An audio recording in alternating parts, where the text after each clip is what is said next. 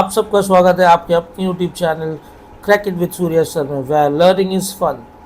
तो आज हम summative evaluation PAT paper mathematics 2 class 9 का महाराष्ट्र बोर्ड का सॉल्यूशन के साथ डिस्कस करने वाले हैं। तो जैसा कि आप यहाँ देख सकते हैं कि क्वेश्चन नंबर 1 जो है सॉल्व द फॉलोइंग में फर्स्ट क्वेश्चन जो हमारे सामने वो sin x upon sin 30 is equal to 1 दिया हुआ है। तो इसको करने के लिए हम लोग क्या करेंगे, हम लोग sin 30 को मल्टीप्लाई कर देंगे 1 के साथ। तो हमको क्या मिलेगा, sin x is equal to 1 into sine 30। अब इसमें से हम लोग साइन कट कर देंगे तो हमारे पास क्या बच जाएगा, x इज इक्वल टू 30। अब इसका सेकेंड क्वेश्चन देखते हैं। यहाँ पे सेकेंड क्वेश्चन में हम लोगों को क्या दिया है कि observe the given triangle ABC and find the trigonometric ratios. तो हम लोगों को सबसे पहले इसमें निकालने बोला है उसने cos x। तो हमको पता ही है कि cos x क्या होता है, adjacent side upon hypotenuse side. तो अगर हम लोग एंगल x से देखेंगे तो एडजेसेंट साइड जो है हमारी BC है और हाइपोटेन्यूज साइड जो है हमारी AC है। तो हमारा cos x हो जाएगा BC अपॉन AC। इसी तरह से हम लोगों को सेकेंड उसने निकालने बोला है sin x। तो sin x is equal to क्या होता है, opposite side upon hypotenuse side. तो अगर हम लोग x से देखेंगे तो ऑपोजिट साइड हमको AB दिख रही है और हाइपोटेन्यूज साइड हमको AC दिख रही है। तो हमारा आंसर हो जाएगा sin x is equal to AB upon AC। अब तीसरा हमको दिया है sin x sin 90 minus x. तो sin 90 माइनस एक्स देखना है तो एंगल A को अगर हम लोग देखेंगे तो एंगल A पे हमारा 90 माइनस एक्स है। तो A से हमारी ऑपोजिट साइड जो हो जाएगी वो हो जाएगी BC और हाइपोटेन्यूज साइड हो जाएगी AC। तो हमारा sin 90 माइनस एक्स जो है वो हो जाएगा BC अपॉन AC। तो हमारा थर्ड क्वेश्चन देखते हैं। इसके अंदर हम लोगों को बोला है कि show that sine 0 degree is equal to sine 30 degree minus cos 60 degree. तो सबसे पहले हम इसका राइट हैंड साइड ले लेते हैं जो कि है हमारा sine 30 degree minus cos 60 degree. अब हम लोग को मालूम है कि साइन 30 जो होता है 1/2 होता है और कॉस 60 भी 1/2 होता है। तो यहाँ पे क्या हो जाएगा 1/2 माइनस 1/2।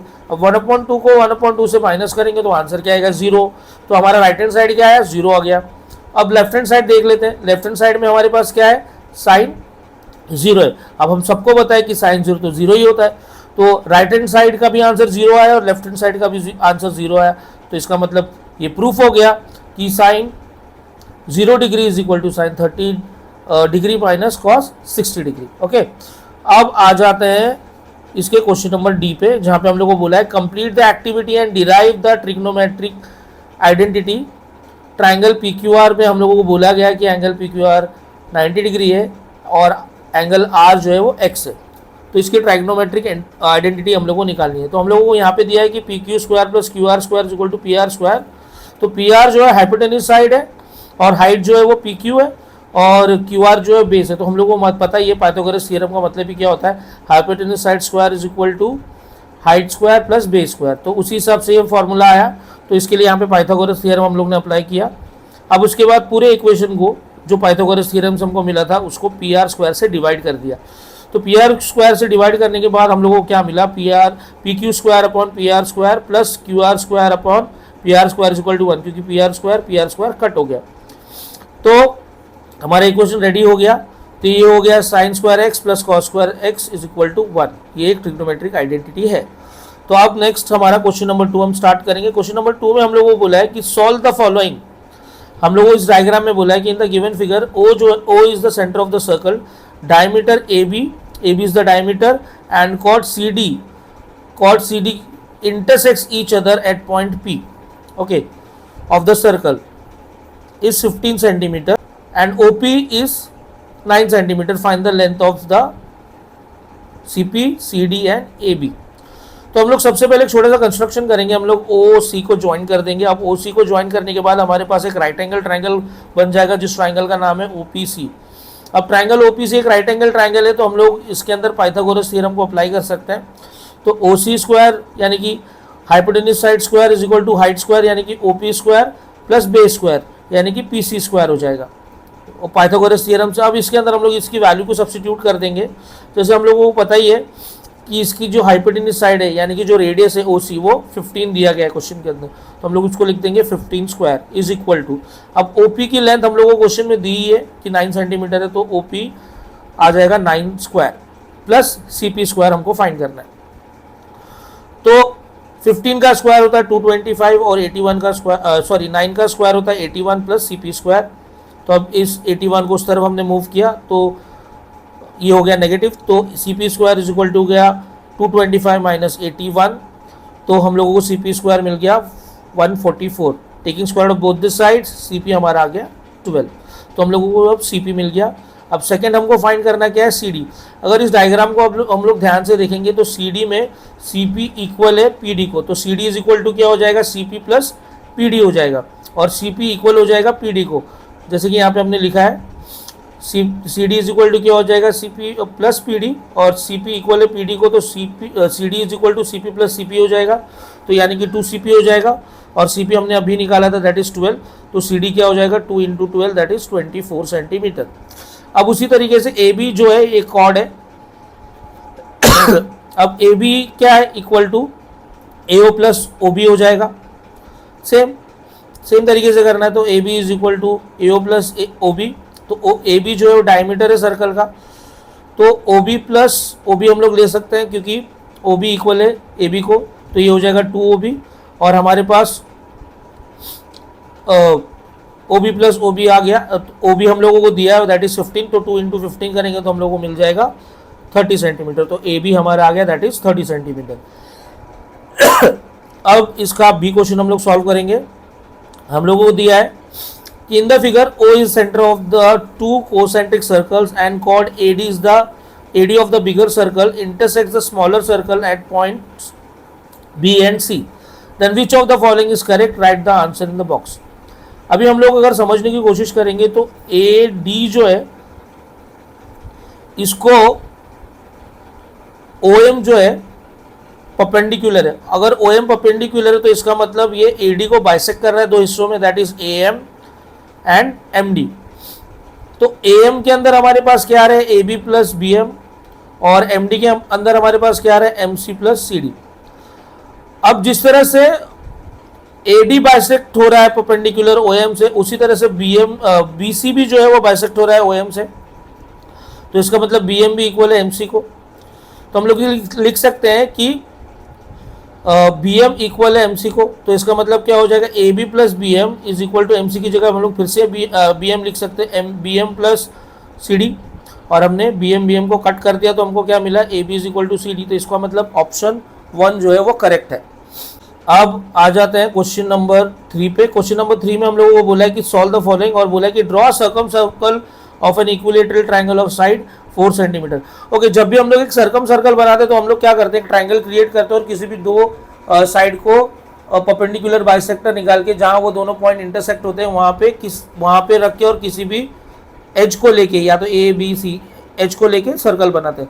तो वैसे यहाँ पे भी बनाना है आपको एक 4 सेंटीमीटर का इक्विलेटरल ट्रायंगल बनाना है, और किसी भी 2 साइड्स को बाइसेक्ट करके परपेंडिकुलर बाइसेक्टर निकाल के आपको पॉइंट लेके फिर आपने A पे रख के या फिर B पे रख के या फिर C पे रख के एक सर्कल ड्रॉ करना है। अब यहाँ पे नेक्स्ट दिया है complete the following table B में। अब यहाँ पे टाइप ऑफ ट्राइंगल आपको दिया है, एक्यूट एंगल ट्राइंगल है, राइट एंगल ट्राइंगल और ऑब्ट्यूज एंगल ट्राइंगल है। लोकेशन दिया है ऑफ इन सर्कल, तो लोकेशन जो होता है इन सर्कल में इन तीनों के अंदर वो इनसाइड द ट्राइंगल ही होता है। अब location of centre of the circum centre की अगर बात करेंगे तो एक्यूट के अंदर इनसाइड द ट्राइंगल होता है, राइट एंगल के अंदर mid point of hypotenuse side होता है, और ऑब्ट्यूज एंगल ट्राइंगल के अंदर आउटसाइड द ट्राइंगल होता है। ओके, अब आ जाते हैं हम क्वेश्चन नंबर 4 पे। तो क्वेश्चन नंबर 4 पे हम लोगों को बोला है for the given hemisphere radius जो है वो 30 सेंटीमीटर है, फाइंड इट्स वॉल्यूम। अब वॉल्यूम फाइंड करने बोला है और पाई की वैल्यू दिया है दैट इज 3.14। अब वॉल्यूम ऑफ हेमिस्फीयर का फॉर्मूला क्या है हमारा, that is 2/3 pi R cube. हमने फॉर्मूला को अप्लाई कर दिया और वहाँ पे सब्सटीट्यूट कर दी वैल्यूज को, दैट इज 2/3 इंटू पाई की वैल्यू 3.14 इंटू आर क्यूब, यानी कि 30 इंटू 30 इंटू 30। तो 3 1 3 10 हमने काट दिया, तो हमारे पास बचा 2 इंटू 3.14 इंटू 10 इंटू 30 इंटू 30। अब 30 को 30 से मल्टीप्लाई किया that came 900 into 10 into 3.14 into 2 हो गया। अब इन सबको हमने मल्टीप्लाई किया तो हमको आंसर मिला 56520। ओके, तो सेंटीमीटर को मीटर में कन्वर्ट करने के बाद we got our answer 0.05652 metre cubic. अब यहाँ पे नेक्स्ट क्वेश्चन अगर हम लोग देखेंगे तो यहाँ पे हम लोगों को बोला है कि एक वाटर वेल है जो फुल ऑफ वाटर है and the inner diameter of the well is 4.9 meter and the depth is 20 meters. After using some water from the well, remaining water level is 12 meter from the bottom of the well. Find its volume of water used from the well. तो जैसे समझाया गया question में आपको बोला है कि एक वेल है जो पानी से भरा हुआ है, जैसे कि मैंने फर्स्ट डायग्राम में बताया, एक वेल है जो पानी से भरा हुआ है, ओके, और इसका जो डायमीटर है वो 4.9 मीटर्स है. तो डायमीटर को हमने कन्वर्ट कर दिया रेडियस में, तो 4.9 को 2 से डिवाइड करेंगे तो हमको रेडियस मिल गया 2.45 मीटर, और इसकी हाइट हम लोग h1 कंसिडर करेंगे जो कि 20 मीटर्स की है. ठीक है, अब ये पानी से भरा हुआ है. अब हमने क्या किया, इसमें से कुछ पानी निकाला. पानी निकालने के बाद जो वाटर लेवल है वो अब 12 मीटर्स का हो गया है. मतलब जो अब हाइट होगी हम लोग कंसिडर करेंगे कि 12 मीटर की है. ठीक है, तो ये दोनों है. अब हम लोग क्या वॉल्यूम ऑफ वाटर यूज निकाल रहे हैं, तो हम लोग उसमें क्या करेंगे, जो टोटल वॉल्यूम होगा, मतलब जो टोटल कैपेसिटी है उसमें से जो निकाला है, यानी कि फाइनल वॉल्यूम को हम लोग माइनस कर देंगे, तो हम लोग को पता चलेगा कि कितना वाटर यूज हुआ है. तो दोनों के अंदर सेम फॉर्मूला अप्लाई होगा, टोटल वॉल्यूम और ये. तो pi square H1 minus pi R square H2 हो जाएगा. पाई की वैल्यू हम लोग को क्वेश्चन में दी है, दैट इज 22/7. तो 22/7 इंटू रेडियस हमारा है 2.45 स्क्वायर इंटू H1 हमारा 20 है minus 22/7 into same 2.45 square into अब H2 यानी कि जो दूसरी हाइट है वो 12 है. तो अब इसके अंदर देखो 22/7 इंटू 2.45 स्क्वायर कॉमन है, तो हमने उसको कॉमन ले लिया. अब क्या बच गया यहाँ पे 20, फिर माइनस 12 बच गया. अब हमने क्या किया, 22/7 इंटू 2.45 का स्क्वायर निकाला, तो 2.45 का स्क्वायर आता है 6.0025 इंटू 20 में से 12 को माइनस कर दे, दैट इज 8. अब आप इन तीनों को मल्टीप्लाई करोगे, you will get 150.92 metre cubic. तो वॉल्यूम ऑफ वाटर यूज जो है वो है 92 मीटर क्यूबिक, यानी कि वॉल्यूम जो होता है हमेशा क्यूब में होता है. तो दैट इज द आंसर. अब हम चलते हैं नेक्स्ट क्वेश्चन पे, जो सी है इसका क्वेश्चन. यहाँ पे पूछा है कि surface area of sphere having radius 7 centimetre, तो what is surface area of the sphere. अब देखो सरफेस एरिया ऑफ स्फीयर का फॉर्मूला क्या है, 4 पाई आर स्क्वायर. तो 4 इंटू पाई की वैल्यू क्या है 22/7 इंटू रेडियस 7 है, तो 7 इंटू 7 यानी कि आर स्क्वायर 7 इंटू 7 हो गया. अब 7 कट हो गया, तो 4 इंटू 22 हो गया 88, और बच गया 7 इंटू 7. तो 88 को 7 से हमने मल्टीप्लाई किया तो हमको मिला 616 सेंटीमीटर स्क्वायर. तो इसका मतलब जो हमारा ऑप्शन डी है वो करेक्ट है. अब हम आ गए क्वेश्चन नंबर 5 में. क्वेश्चन नंबर 5 में उसने हमको बोला है कि सॉल्व द फॉलोइंग. ए में बोला है कि coordinates of any point on x axis लिखो. फिर उसके बाद ये जो है 2 -3 है, -3 6 n -3 7 और -3 आर कोलिनियर, ये जस्टिफाई करना है. तो हम लोगों को यहाँ पे x और y दिया है. अब यहाँ पे ड्रॉ करने बोला है ग्राफ कोऑर्डिनेट सिस्टम से. तो हम लोगों को पहला इक्वेशन अब क्या दिया है, x + y = 9. तो बहुत सिंपल है इसको करना. अगर देखो इस इक्वेशन को अगर तुम ध्यान से देखो, अगर x तुम्हारा 0 हो जाएगा तो y = 9 बचेगा, तो y की वैल्यू 9 आ गई. सिमिलरली अगर आप y को 0 ले लोगे तो x = 9 बच जाएगा, तो x की वैल्यू 9 हो जाएगी अगर y को 0 कंसिडर करेंगे. तो ये इक्वेशन से ये पहला एक्सेस बन गया. अब दूसरा x = 4y अपने को दिया है.